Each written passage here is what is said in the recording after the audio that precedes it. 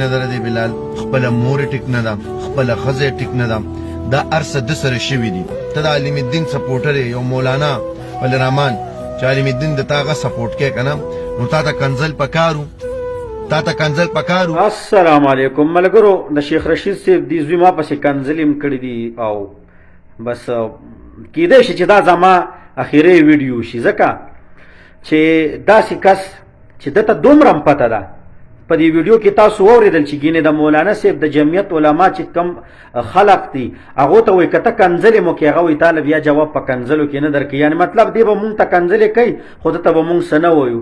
او دا ورته پته ده چې د مولانا صاحب قیادت لکه دومره صافا دی او دومره ښکلی دی، خو بار کیف د ده خپله کار او کردار غلط دی. هغه د فرعون د ابوجهل حساب کتاب یې دی، پوه شول. هغو ته هم دا پته وه چې پیغمبران دي دا او په حق او سچه دي، خو نه تلل پسې هماغه خپل ضد یې رانیولو. دغسې دې بې غیرته هم خپل ضد رانیولې. دغه ما ته کنځل کړي، زما پلار ته یې کړي، زه د پلار ته کنځل نه کوم. او د ده پلار چې دی نو وفات شوی دی، دا ترې نه یتیم پاتې شوی دی، دته ګناه نشته، د پردو غېږو کې رالوی شوی دی.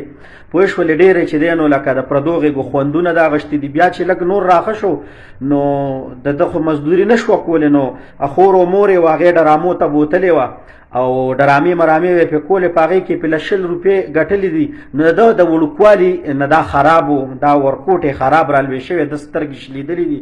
دې که علماو ته کنځلې کوي یا ما ته کوي یا بل چا ته کوي، لحاظه مونږ به په ده پسې نور مخ نه وړو.